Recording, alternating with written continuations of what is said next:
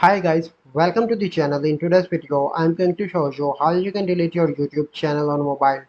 So before getting into this video, must subscribe to our YouTube channel and click on the bell icon. So the first step you simply need to do is to open YouTube, and then you need to click on your profile icon on the top right. Here you need to click on manage your Google account, and here you need to click on data and privacy.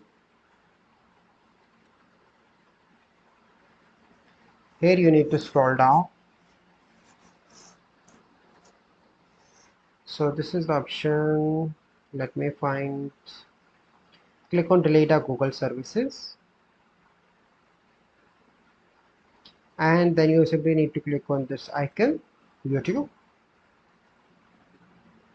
Here you have two options. I want to hide my content, I want to permanently delete my content. Click here, and you must read that. You simply need to click that and click that again, and then you need to click on delete my content. So this is the simple process by which you can delete your YouTube channel on mobile. So I hope you find this video helpful. If you find this video helpful, must like this video, subscribe to our YouTube channel for future videos. We'll see you in the next video. Thank you. Have a good day.